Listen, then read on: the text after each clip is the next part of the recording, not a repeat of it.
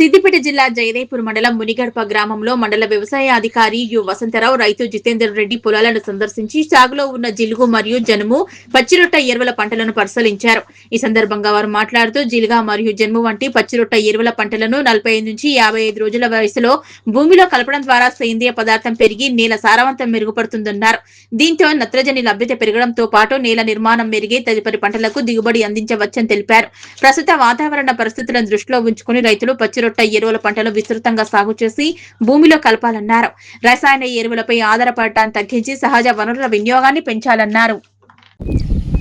మనం మునిగడపలోని జితేందర్ రెడ్డి గారి ఫీల్డ్లో ఉన్నాము. వీరు జీలుగా విత్తనాలు వేశారు.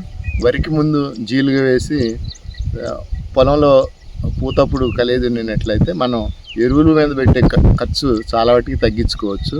కాబట్టి రైతులందరూ కూడా ఇట్లాంటి జనుము జీలుగా పిల్లి పెసర ఇట్లాంటివి వేసుకొని సమతుల్య ఎరువులు పాటించాలని కోరుతున్నాం.